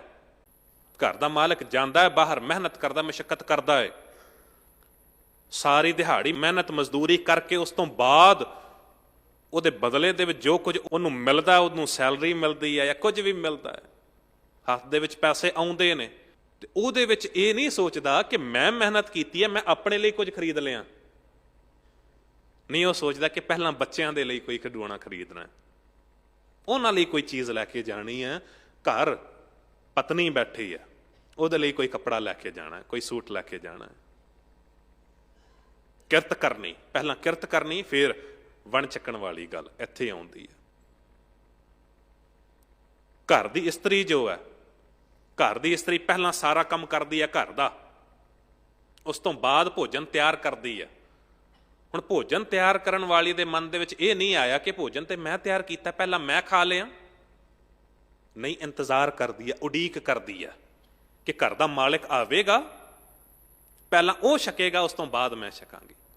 ਉਹ ਵਣ ਛਕਣ ਵਾਲੀਆਂ ਗੱਲਾਂ ਇੱਥੋਂ ਸ਼ੁਰੂ ਹੁੰਦੀਆਂ ਨੇ। ਮਤਾ ਕਿਤੇ ਸਮਝ ਲਿਓ, ਅਜੋਕੇ ਸਮੇਂ ਦੇ ਵਿੱਚ ਬੜੇ ਖੂਬਸੂਰਤ ਜਵਾਬ ਵੀ ਮਿਲ ਜਾਂਦੇ ਨੇ ਕਿ ਜੀ ਉਹ ਪਤੀ ਵੀ ਤੇ ਹਸਬੈਂਡ ਵੀ ਤੇ ਅੱਜ ਕੱਲ੍ਹ ਬਾਹਰ ਹੀ ਜਾ ਕੇ ਖਾ ਕੇ ਆ ਜਾਂਦੇ ਨੇ, ਤੇ ਅਸੀਂ ਜੇ ਪਹਿਲਾਂ ਖਾ ਲਿਆ ਤੇ ਕੀ ਹੋ ਗਿਆ? ਰਿਸਪੌਂਸਿਬਿਲਿਟੀਜ਼ ਕੀ ਨੇ, ਜ਼ਿੰਮੇਦਾਰੀਆਂ ਕੀ ਨੇ ਸਤਸੰਗਤ ਜੀ, ਇਹ ਸਮਝਣਾ ਪੈਣਾ ਹੈ। ਧਰਮ ਸਾਨੂੰ ਰਿਸਪੌਂਸਿਬਿਲਿਟੀ ਦੇ ਨਾਲ ਜਾਣੂ ਕਰਵਾਉਂਦਾ ਹੈ। ਕਿਰਤ ਕਰਨਾ, ਵੰਡ ਛਕਣਾ ਇੱਥੋਂ ਆਰੰਭ ਹੁੰਦਾ ਹੈ। ਜੇ ਕਿਤੇ 2-4 ਦਿਨ ਤੱਕ ਘਰ ਦੀ ਇਸਤਰੀ ਜੇ ਇੰਤਜ਼ਾਰ ਕਰੇ ਪਤੀ ਦੇ ਲਈ, ਭੋਜਨ ਤਿਆਰ ਕਰਕੇ ਖਾਣਾ ਬਣਾ ਕੇ ਬੈਠੇ ਇੰਤਜ਼ਾਰ ਕਰੇ 2-4 ਦਿਨ, ਤੇ ਪਤੀ ਨੂੰ ਵੀ ਇਸ ਗੱਲ ਦਾ ਅਹਿਸਾਸ ਹੋਵੇਗਾ ਕਿ ਵਾਕਈ ਜੇ ਕਿਤੇ ਬਾਹਰ ਜਾ ਵੀ ਰਿਹਾ ਨਾ ਦੋਸਤਾਂ ਮਿੱਤਰਾਂ ਦੇ ਨਾਲ, ਤੇ ਉਹਨੂੰ ਅਹਿਸਾਸ ਹੋਵੇਗਾ ਕਿ ਹਾਂ, ਮੇਰਾ ਘਰ ਦੇ ਵਿੱਚ ਕੋਈ ਇੰਤਜ਼ਾਰ ਕਰ ਰਿਹਾ ਹੈ, ਕੋਈ ਭੁੱਖਾ ਬੈਠਾ ਹੈ ਮੇਰੇ ਲਈ, ਤੇ ਉਹਨੂੰ ਵੀ ਇੱਕ ਮਜਬੂਰੀ ਹੋ ਜਾਵੇਗੀ। ਇਹ ਰਿਸਪੌਂਸਿਬਿਲਿਟੀ ਫਿਰ ਉਹਨੂੰ ਪਿੱਛੇ ਖਿੱਚੇਗੀ। ਵਣ ਚੱਕਣ ਦੀਆਂ ਗੱਲਾਂ ਇੱਥੋਂ ਸ਼ੁਰੂ ਹੁੰਦੀਆਂ ਨੇ। ਇੱਕ ਦੂਜੇ ਦੇ ਪ੍ਰਤੀ ਜ਼ਿੰਮੇਦਾਰੀ ਦਾ ਅਹਿਸਾਸ ਉਦੋਂ ਆਉਂਦਾ ਹੈ। ਬੱਚਿਆਂ ਦੇ ਬਾਰੇ ਅਸੀਂ ਕਹਿੰਦੇ ਹਾਂ ਕਿ ਬੱਚੇ ਜੋ ਨੇ ਪਰਮਾਤਮਾ ਵਾਹਿਗੁਰੂ ਦੀ ਦੇਣ ਹੈ, ਮਿੱਠੇ ਮੇਵੇ ਨੇ, ਪਰ ਬੱਚੇ ਜੋ ਨੇ ਉਹਨਾਂ ਨੂੰ ਵੀ ਸਿੱਖਿਆ ਦੇਣੀ ਬਹੁਤ ਜ਼ਰੂਰੀ ਹੈ। ਅੱਜ ਸੁਭਾਅ ਨਹੀਂ ਰਹੇ। ਮੈਂ ਅਕਸਰ ਬੇਨਤੀ ਕਰਦਾ, ਇੱਕ ਵਾਰੀ ਮੈਂ ਕਿਹਾ ਸੀ ਕਿ ਬੱਚਿਆਂ ਦੇ ਲਈ ਅਸੀਂ ਕਮਾ ਤੇ ਰਹੇ ਹਾਂ, ਧਨ ਦੌਲਤ ਇਕੱਠੀ ਕਰ ਰਹੇ ਹਾਂ, ਮਿਹਨਤ ਕਰ ਰਹੇ ਹਾਂ, ਜੋ ਕੁਝ ਵੀ ਦੇਣਾ ਇਹਨਾਂ ਨੂੰ ਦੇਣਾ, ਪਰ ਬੱਚਿਆਂ ਕੋਲ ਬੈਠਣ ਦਾ ਟਾਈਮ ਨਹੀਂ ਹੁੰਦਾ, ਬੱਚਿਆਂ ਦੇ ਨਾਲ ਟਾਈਮ ਨਹੀਂ ਬਿਤਾਉਂਦੇ, ਤੇ ਹੁੰਦਾ ਕੀ ਆ ਕਿ ਬੱਚੇ ਵੀ ਮਾਂ-ਬਾਪ ਤੋਂ ਦੂਰ ਹੁੰਦੇ ਚਲੇ ਜਾ ਰਹੇ ਨੇ। ਮਾਂ-ਬਾਪ ਤੋਂ ਦੂਰ ਹੋ ਰਹੇ ਨੇ, ਨੌਕਰਾਂ ਦੀ ਗੋਦ ਵਿੱਚ ਪਲਦੇ ਨੇ, ਮੇਡ ਪਾਲਦੀ ਹੈ, ਨੌਕਰ ਪਾਲਦਾ ਹੈ। ਮਾਂ-ਬਾਪ ਟਾਈਮ ਨਹੀਂ ਦੇ ਪਾ ਰਹੇ ਨੇ, ਤੇ ਉਹ ਸੁਭਾਅ ਨਹੀਂ ਰਹੇ। ਉਹ ਅਹਿਸਾਸ ਮਾਂ-ਬਾਪ ਦੇ ਪ੍ਰਤੀ ਜੋ ਪਿਆਰ ਸਤਿਕਾਰ ਹੋਣਾ ਸੀ ਉਹ ਨਹੀਂ ਰਿਹਾ। ਤੇ ਅੱਜ ਕੋਈ ਜੇ ਘਰ ਜਾਂਦਾ ਵੀ ਹੈ ਨਾ, ਤੇ ਬੱਚਿਆਂ ਨੂੰ ਫਿਰ ਜ਼ਬਰਦਸਤੀ ਕਹਿਣਾ ਪੈਂਦਾ ਜੀ ਉੱਠ ਫਤਿਹ ਬੁਲਾ, ਉੱਠ ਮਿਲ, ਫਤਿਹ ਬੁਲਾ, ਕਹਿਣਾ ਪੈਂਦਾ ਹੈ। ਉਹ ਸੁਭਾਅ ਨਹੀਂ ਰਹੇ। ਪਹਿਲਾਂ ਕੀ ਹੁੰਦਾ ਸੀ ਕਿ ਬੱਚਿਆਂ ਨੇ ਸ਼ਾਮਾਂ ਨੂੰ ਜੇ ਸੌਣ ਜਾਣਾ ਤਾਂ ਅਸੀਸਾਂ ਲੈ ਕੇ ਜਾਣੀਆਂ ਮਾਂ-ਬਾਪ ਦੀਆਂ, ਸਵੇਰੇ ਉੱਠਣਾ ਤੇ ਉੱਠ ਕੇ ਫੇਰ ਫਤਿਹ ਬੁਲਾਉਣੀ। ਪਰ ਹੁਣ ਉਹ ਸੁਭਾਅ ਚੇਂਜ ਹੁੰਦੇ ਜਾ ਰਹੇ ਨੇ। ਗੈਜਟਸ, ਮੋਬਾਈਲ, ਟੈਕਨੋਲੋਜੀ, ਇਹਨਾਂ 'ਚ ਆਪਣੇ ਆਪ ਨੂੰ ਇੰਨਾ ਅਸੀਂ ਬਿਜ਼ੀ ਕਰ ਲਿਆ ਕਿ ਇੱਕੋ ਘਰ ਦੇ ਵਿੱਚ ਰਹਿੰਦਿਆਂ ਹੋਇਆਂ 4-5 ਜੀਅ ਵੀ ਜੋ ਨੇ ਉਹ ਇਕੱਠੇ ਬੈਠ ਕੇ ਡਾਈਨਿੰਗ ਟੇਬਲ ਤੇ ਇਕੱਠੇ ਡਿਨਰ ਵੀ ਨਹੀਂ ਕਰ ਸਕਦੇ, ਭੋਜਨ ਵੀ ਨਹੀਂ ਛਕ ਸਕਦੇ। ਇੰਨਾ ਕੁ ਆਪਣੇ ਆਪ ਨੂੰ ਉਸ ਗੈਜਟ ਦੇ ਵਿੱਚ, ਉਸ ਮੋਬਾਈਲ ਦੇ ਵਿੱਚ ਆਪਣੇ ਆਪ ਨੂੰ ਬਿਜ਼ੀ ਕਰ ਲਿਆ। ਪਿਤਾ ਆਪਣੇ ਰੂਮ ਦੇ ਵਿੱਚ ਹੈ, ਘਰ ਦੀ ਇਸਤਰੀ ਪਤਨੀ ਆਪਣੇ ਕਿਚਨ ਦੇ ਵਿੱਚ ਉਹ ਕੰਮ ਕਰ ਰਹੀ ਹੈ, ਬੱਚੇ ਆਪਣੇ ਆਪਣੇ ਮੋਬਾਈਲ ਨਾਲ ਲੱਗੇ ਹੋਏ ਨੇ। ਸੋ ਕਹਿਣ ਦਾ ਭਾਵ, ਜੇ ਗ੍ਰਸਤੀ ਜੀਵਨ ਦੇ ਵਿੱਚ ਰਹਿ ਕੇ ਹੀ ਧਰਮ ਨੂੰ ਕਮਾ ਲਈਏ, ਕਿਉਂਕਿ ਧਰਮ ਜੇ ਕਮਾਇਆ ਜਾਵੇਗਾ ਤੇ ਗ੍ਰਸਤੀ ਜੀਵਨ ਦੇ ਵਿੱਚ ਰਹਿ ਕੇ। ਗੁਰੂ ਰਾਮਦਾਸ ਪਾਤਸ਼ਾਹ ਜੀ ਨੇ ਵੀ ਇਹੀ ਸਿੱਖਿਆ ਦਿੱਤੀ ਸੀ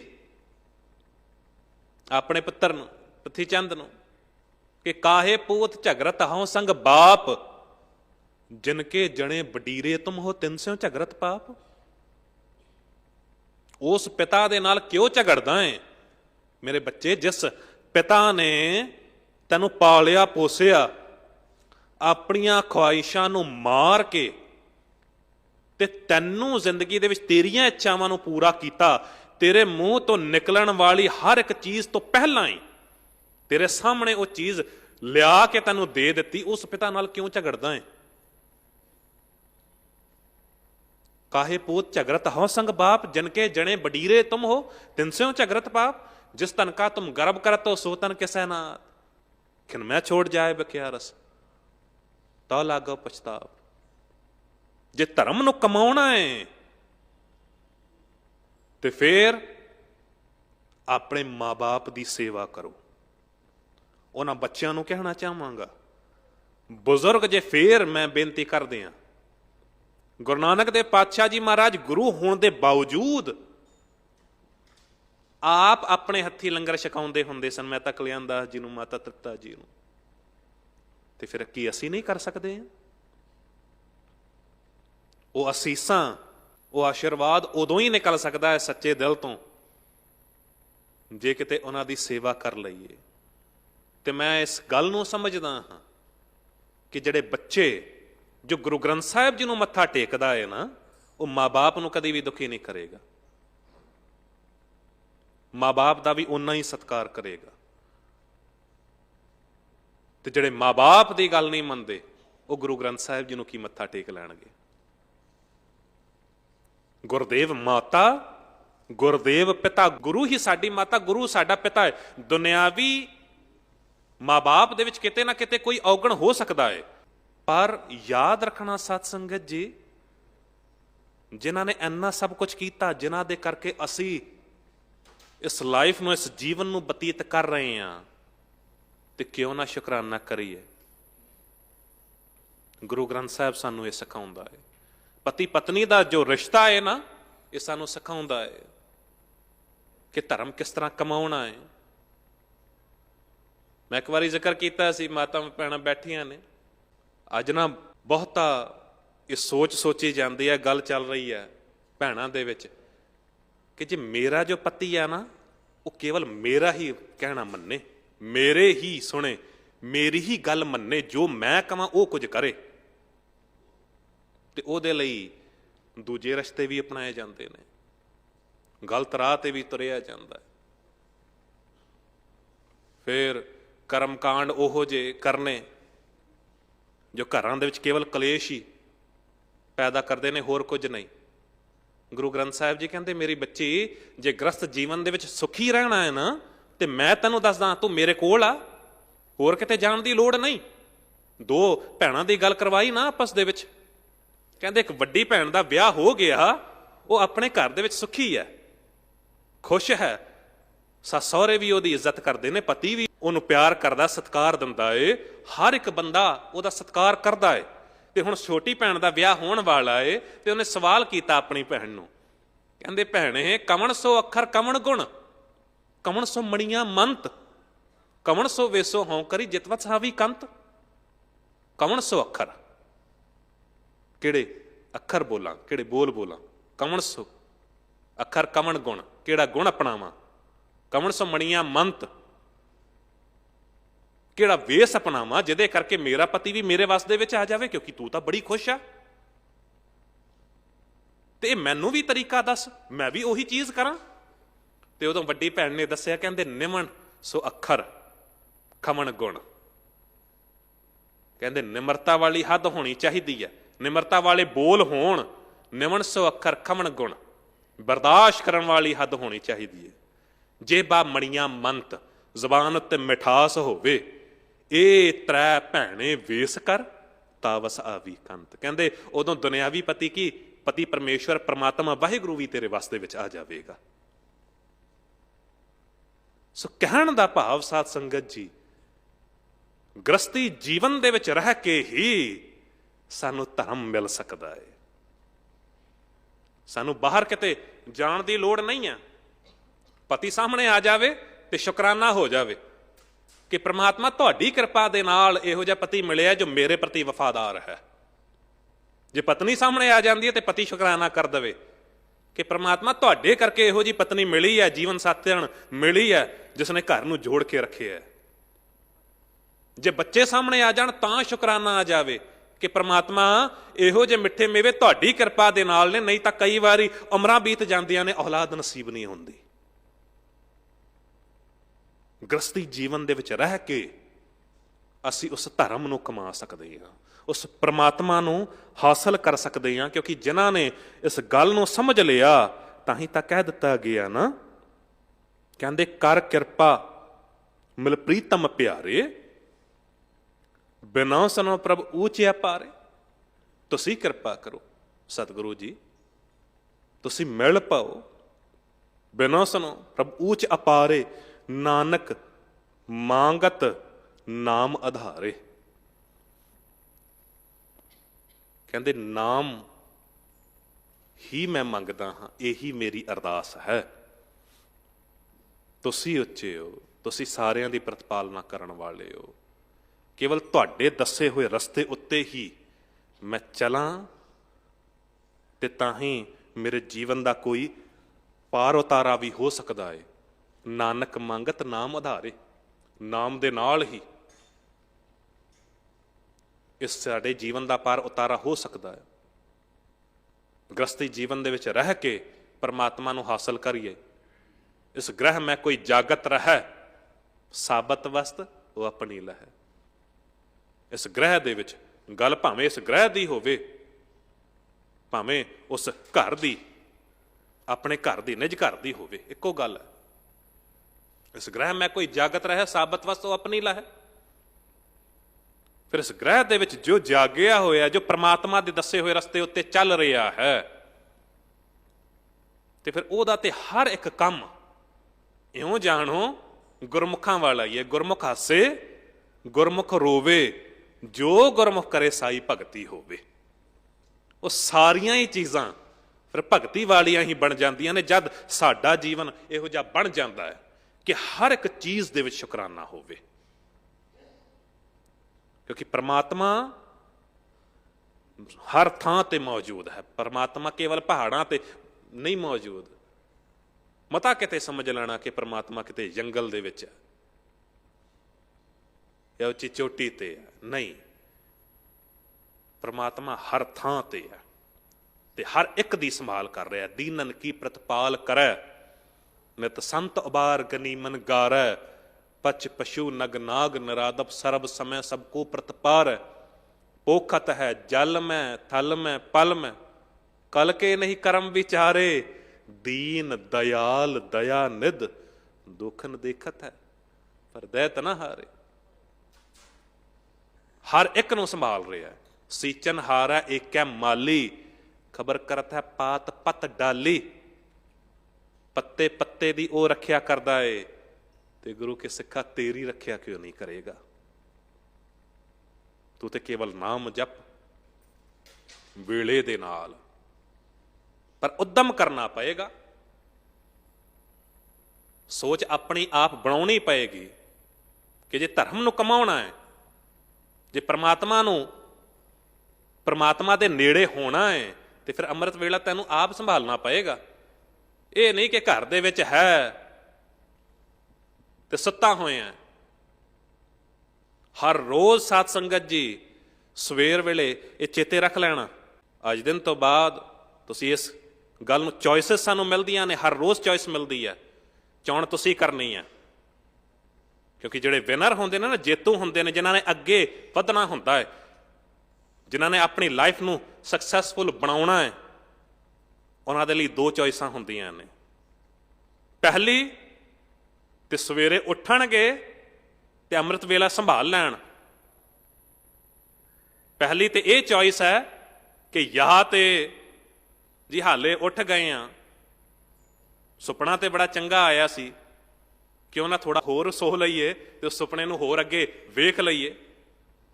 ਤੇ ਦੂਜੀ ਚੋਇਸ ਇਹ ਹੁੰਦੀ ਹੈ ਕਿ ਜੋ ਸੁਪਨਾ ਵੇਖਿਆ ਹੈ ਉਹਨੂੰ ਚੇਜ਼ ਕਰੀਏ, ਅੱਗੇ ਵਧੀਏ, ਉਸ ਸੁਪਨੇ ਨੂੰ ਸਾਕਾਰ ਕਰੀਏ, ਪੂਰਾ ਕਰੀਏ, ਮਿਹਨਤ ਮਸ਼ੱਕਤ ਕਰਕੇ ਉਸ ਮੁਕਾਮ ਉੱਤੇ ਪਹੁੰਚੀਏ। ਨੌਜਵਾਨਾਂ ਨੂੰ ਮੈਂ ਇਹ ਬੇਨਤੀ ਕਰਾਂਗਾ ਕਿ ਹਰ ਰੋਜ਼ ਹੀ ਤੁਹਾਡੇ ਕੋਲ ਦੋ ਚੋਣਾਂ ਹੁੰਦੀਆਂ ਨੇ। ਜਾਂ ਤੇ ਸੌਂ ਕੇ ਉਸ ਸੁਪਨੇ ਨੂੰ ਕੇਵਲ ਤਾਂ ਕੇਵਲ ਵੇਖ ਸਕਦੇ ਹੋ, ਜਾਂ ਫਿਰ ਉੱਠ ਕੇ ਉਸ ਸੁਪਨੇ ਪਿੱਛੇ ਦੌੜ ਕੇ ਆਪਣੇ ਉਸ ਸੁਪਨੇ ਨੂੰ ਸਾਕਾਰ ਕਰ ਸਕਦੇ ਹੋ। ਗ੍ਰਸਤੀ ਜੀਵਨ ਦੇ ਵਿੱਚ ਰਹਿ ਕੇ ਜਿਹਨੇ ਧਰਮ ਕਮਾਉਣਾ ਹੈ ਉਹ ਧਰਮ ਕਮਾ ਸਕਦਾ ਹੈ। ਮਤਾ ਕਿਤੇ ਸਮਝ ਲੈਣਾ ਕਿ ਸਾਨੂੰ ਇੱਥੋਂ ਛੱਡ ਕੇ ਜਾਣਾ ਪਵੇ ਤਾਂ ਹੀ ਅਸੀਂ ਨਾਮ ਕਮਾ ਸਕਦੇ ਹਾਂ। ਨਹੀਂ ਸਾਧ ਸੰਗਤ ਜੀ, ਕੋ ਕਹਿ ਤੋ ਸਭ ਬਾਹਰ ਬਾਹਰ, ਕੋ ਕਹਿ ਤੋ ਸਭ ਮਈਓ। ਪਰ ਯਾਦ ਰੱਖਣਾ, ਨਾਨਕ ਕਹਿਤ ਸੁਨੋਰੇ ਲੋਗਾ, ਸੰਤ ਰਸਨ ਕੋ ਬਸ ਹੀਓ। ਪਰਮਾਤਮਾ ਕਹਿੰਦੇ ਜਿੱਥੇ ਬੰਦਗੀ ਕੀਤੀ ਜਾਂਦੀ ਹੈ ਨਾ, ਉੱਥੇ ਹੀ ਵਸਦਾ ਏ। ਨਾਨਕ ਕਹਿਤ ਸੁਨੋਰੇ ਲੋਗਾ, ਸੰਤ ਰਸਨ ਕੋ ਬਸ ਹੀਓ। ਜਿੱਥੇ ਸਾਧੂ ਜਨ ਉਹਦੀ ਬੰਦਗੀ ਕਰਦੇ ਹੋਣ, ਜਿੱਥੇ ਉਹਦੀ ਸਿਫਤੋ ਸਲਾਘਾ ਹੁੰਦੀ ਹੋਵੇ, ਪਰਮਾਤਮਾ ਉੱਥੇ ਹੀ ਵਸਦਾ ਏ। ਸੋ ਗੁਰੂ ਕਿਰਪਾ ਕਰੇ, ਰਹਿਮਤ ਕਰੇ, ਇਸੇ ਤਰ੍ਹਾਂ ਅਸੀਂ ਨਾਮ ਜਪ ਲਈਏ, ਇਸੇ ਤਰ੍ਹਾਂ ਅਸੀਂ ਪਰਮਾਤਮਾ ਦੀ ਸਿਫਤੋ ਸਲਾਘਾ ਨੂੰ ਗਾ ਲਈਏ, ਤਾਂ ਹੀ ਸਾਡੇ ਜੀਵਨ ਦਾ ਪਾਰ ਉਤਾਰਾ ਹੋ ਸਕਦਾ, ਤਾਂ ਹੀ ਅਸੀਂ ਪਰਮਾਤਮਾ ਨੂੰ ਵੀ ਪਾ ਸਕਦੇ ਹਾਂ। ਪੰਕਤੀ ਫੇਰ ਉਹੀ ਹੈ, ਜੋ ਬ੍ਰਹਮੰਡੇ ਸੋਈ ਪਿੰਡੇ, ਜੋ ਖੋਜੈ ਸੋ ਪਾਵੇ। ਜਿਸਨੇ ਖੋਜ ਕੀਤੀ, ਜਿਸਨੇ ਯਤਨ ਕੀਤਾ ਹੈ, ਪਰਮਾਤਮਾ ਤੇ ਉਹਨੂੰ ਹੀ ਮਿਲਿਆ ਹੈ। ਸੋ ਇੰਨੀ ਇੱਕ ਸੇਵਾ ਪ੍ਰਵਾਨ ਕਰਨੀ।